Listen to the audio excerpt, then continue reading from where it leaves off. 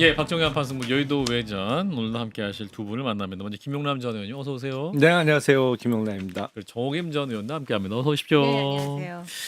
자, 역시 재판 얘기를 해야 될 텐데, 자 비상계엄 선포 이후 443일 만에 어제 윤 전 대통령이 1심에서 무기징역을 선고받았습니다.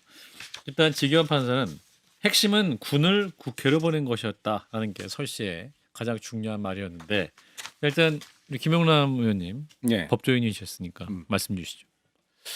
그 어제 선고를 들을 때 조마조마했어요.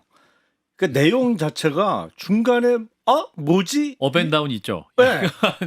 갈팡질팡 하더라고요. 네. 좀. 그 보니까 마지막 주문 선고까지 다 듣고 나니까 이게 오늘 들리는 뉴스에 의하면 그 판결문이 1133페이지라는 거 아니에요. 상당히 방대한 양의 판결문을 작성한 것 같은데 처음에 두 장은 틀리지 않았다. 근데 중간중간은 많이 틀렸다, 솔직히. 법리적으로도 그렇고 사실관계 인정도 예. 그렇고 많이 틀렸는데 이게 그 내비게이션으로 따지면 약간 고장난 내비게이션이라 네. 뭐 가지 말아야 될 길 뭐 빙빙빙빙 돌았는데 어쨌든 목적지는 같다. 근데 CBS에 도착했다. 예, 많이 돌고 돌아서 예. 그러니까 피고인이 8명짜리 사건이었잖아요. 예. 그러니까 판결문이 처음에 이제 형식적인 거 빼고는 피고인 표시부터 나가거든요. 예. 8명이면 그게 이제 한 페이지로 안 될 거예요. 그러니까 두 번째 페이지에 중반까지는 피고인의 인적사항 뭐 피고인 표시고 예. 그러니까 주문까지는 맞았는데 판결 이유는 중간중간 많이 틀렸다. 틀렸다. 예. 채점을 해보면 예. 많이 틀렸다.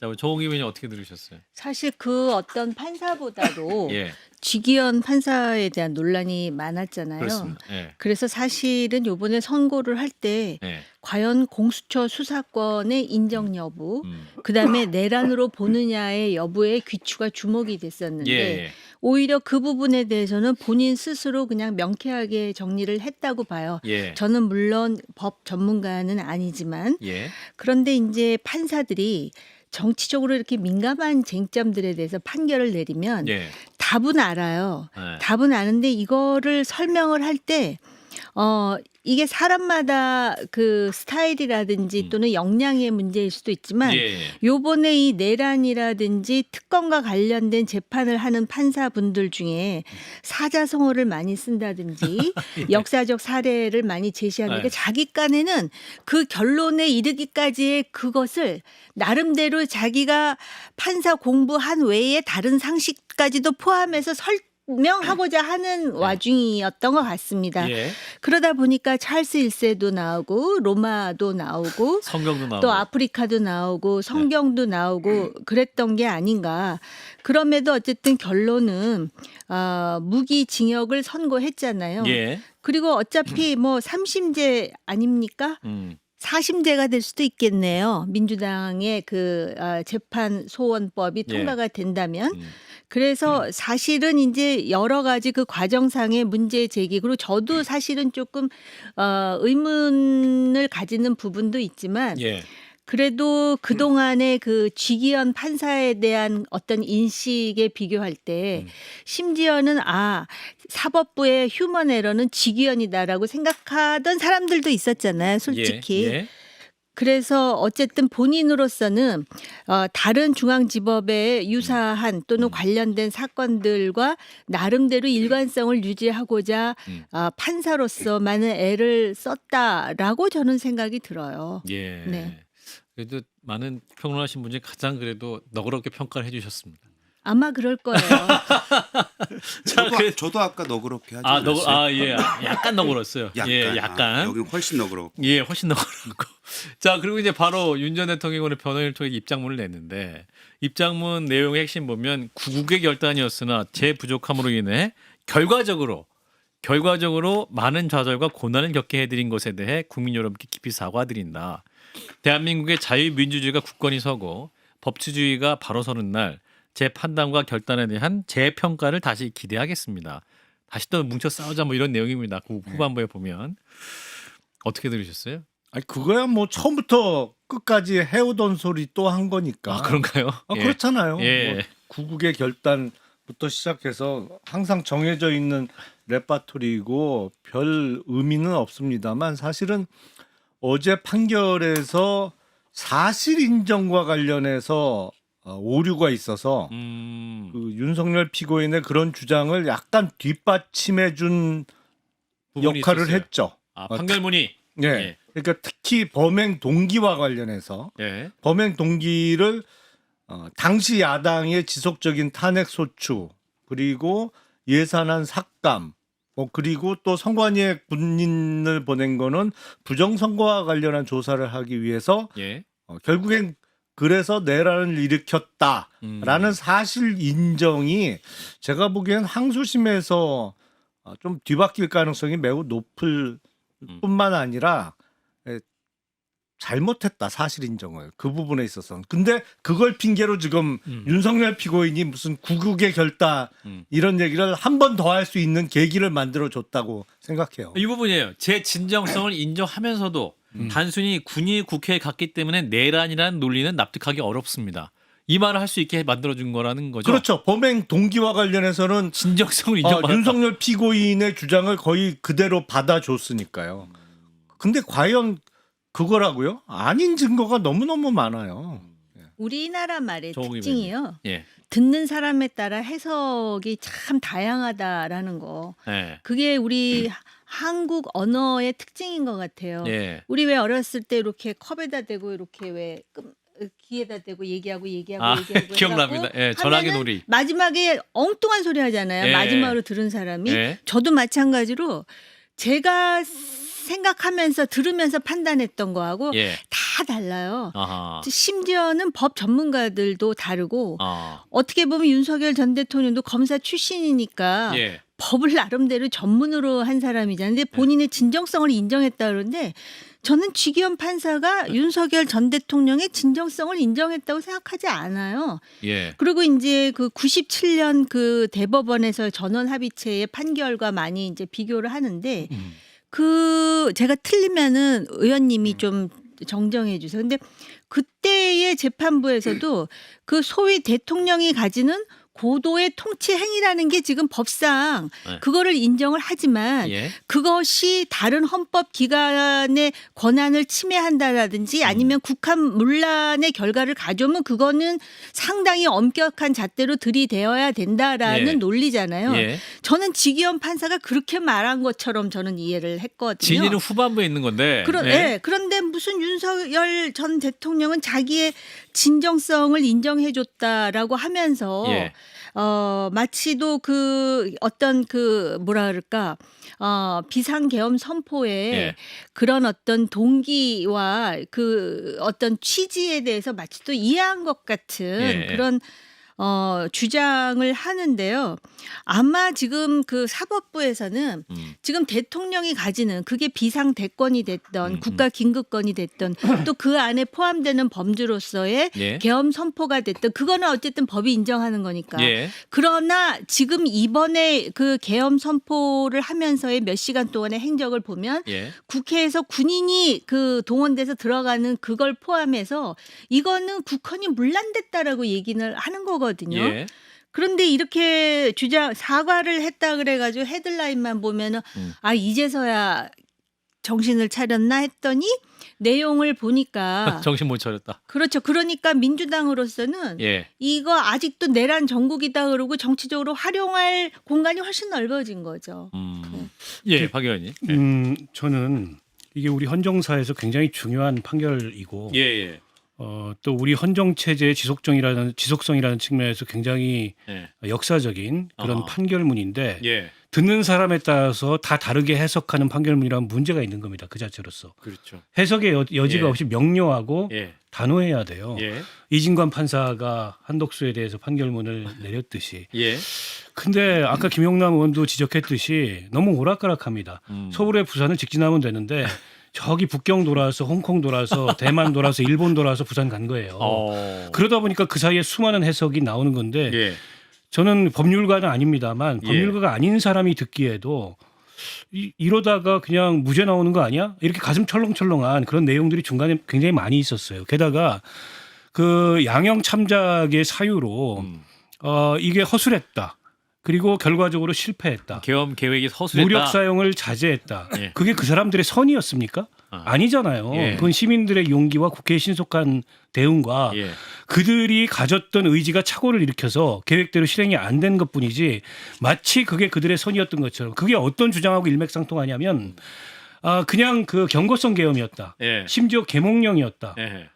그로 인해서 누구도 다치지 않고 아무런 인명 피해가 없었다라는 그런 주장과 일맥상통하는 면이 있어요. 예. 그런 것 때문에 이 판결문이 전 잘못된 판결문이라고 지적을 하는 거고 예.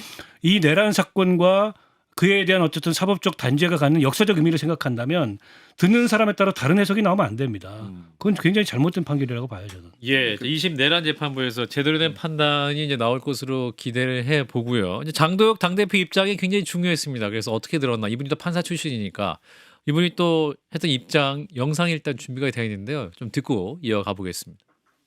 윤석열 전 대통령에게 무기징역이 선고되었습니다. 안타깝고 참담합니다. 아직 1심 판결입니다. 무죄 추정의 원칙은 누구에게나 예외 없이 적용되어야 합니다. 우리는 이미 여러 차례 사과와 절연에 대한 입장을 발표했고 그에 따른 변화와 혁신의 노력도 지속하고 있습니다. 그럼에도 불구하고 사과와 절연의 주장을 반복하는 것은 분열의 씨앗을 뿌리는 일입니다. 그리고 분열은 최악의 무능입니다. 예, 장도혁 당대표의 입장 일단 있습니다. 무죄 추정 원칙이 적용돼야 된다라는 것이고 분열의 씨앗, 무능이다. 갈라치기 하지 마라. 절연 사과 이게 그만해라. 뭐 이런 거잖아요. 김용남 의원님. 아니 언제 사과를 하고 언제 절연을 했다고 저런 얘기를 하는 거예요? 저는 기억이 없는데. 예. 그러니까 비상계엄 선포와 관련해서 유감 표명 정도가 살짝 있었던 것 같고 예. 본격적인 사과는 들은 기억이 없고 더더군다나 절연은 한 번도 본 적이 없는 것 같은데 예. 아니 이미 사과 절연을 했다고 우기니 예. 답답하긴 해요. 언제 했다는 건지 잘 모르겠고 예. 저게 바로 장동혁 대표의 명확한 한계죠. 사실은 장동혁 대표를 향해서 이른바 전륜을 하라는 요구가 저는 잘못된 요구라고 생각을 해요. 왜냐하면 예. 장동혁 대표 자체가 윤 어게인이에요. 본인 자체가. 근데 어떻게 전륜을 해 그 사람이. 내가 윤석열이다. 본인이 그런 입장인데 여태까지 적어도 당대표 선거에 출마해서부터 지금까지는 본인 자체가 윤 어게인인데 어떻게 전륜을 해요. 그러니까 그건 국힘이 전륜을 하는 방법은 지금 지도부를 엎어버리는 것밖에 없는 거죠. 예. 그러면 국힘은 전륜을 할 수 있겠죠. 하지만 장동혁 대표 개인은 못해요. 그건 자기 부정이 될 수밖에 없거든요. 그리고 판사 생활 한 분이 이게 무죄 추정의 원칙을 계속 오해하는 분들이 많은데 예. 이게 1심 판결일 뿐이다. 무죄 추정의 원칙 뭐 이런 얘기를 하잖아요. 그러니까 아직 형이 확정된 게 아니니까 예. 내란 수괴임을 전제로 얘기하지 마라 이런 취지로 맞아요. 한 것 같아요. 근데 무죄 추정의 원칙은 해당 사건의 재판을 담당하는 재판부가 유죄 심증을 갖고 재판하지 말라는 거지. 예. 사회적으로 아니면 일반인들이 저 사람은 무조건 아직까지는 무죄야. 유죄 확정이 안 됐으니까 무죄임을 전제로 사회적 행동을 하라는 의미가 절대로 아니에요. 이 약간 기본은 헷갈리는 것 같아요. 예. 정혁 의원님. 아니 그 태생부터 윤어겐이라 그랬는데 꼭 그렇진 않았어요. 친한이기도 했었잖아요. 아니 전당대회 출마할 때부터 아니 그러니까 그 전을 보면 그런 기록이 있으니까 예. 그래도 그 뭐라 그럴까 좋게 말해서 예. 유연하게 어떤 당의 이익을 생각하지 않을까라는 일말의 기대감이 있었는데 오늘 보니까 정말 이런 정치인은 예.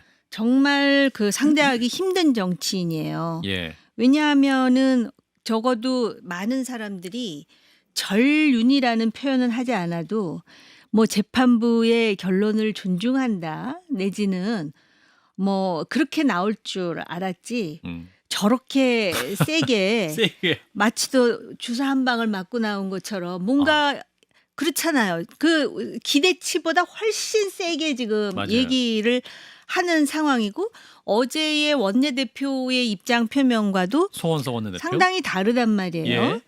그래서 아무튼 그 뭐 지금 지기현 판사의 판결문 가지고 얘기했지만 다 들어갔어요. 아. 지기현 판결문 그다음에 뭐 배현진 가처분 예. 뭐 김종혁 가처분 지금 오로지 이게 아주 그 탑 이슈예요. 장동혁 대표의 예. 이런 행보 예. 이것이 이제 당의 운명을 어떻게 만들 것이며 예. 그 안에 그 배지당 국회의원들이 예. 과연 분열이 일어날 것인가 아니면은 아하. 자신의 그 이해 관계 때문에 예. 이렇게 지켜보다가 그 무임승차하려고 할 것인가 그게 지금 이슈가 돼버리고 말았어요. 이재용 의원님 오늘 장동혁 대표의 기자회견문을 면밀히 분석을 하셨는데 추가로 말씀해 주세요. 저는 예. 지기현 판사에 대한 것은 예. 솔직히 말해서 뭐 헷갈리지 않았어요. 예. 근데 장동혁 대표의 이 그 입장문을 보면은 헷갈리는 점이 많습니다. 아 그래요. 왜냐면 구구절절 맞는 말도 많거든요. 예. 어디에? 어디에? 행동으로 결과로 책임진 정치가 보수다. 맞는 얘기잖아요. 그 문장 센텐스 하나. 국민의힘이 요구하는 것은 유능합니다. 아. 당연하죠. 그리고 변화하고 혁신하는 국민의힘을 원하고 있다. 예. 맞는 말이고 자유와 법치, 책임과 균형이라는 가치를 지키기 위해 당당함과 유능함을 회복하자. 되게 맞는 말이거든요. 예. 예.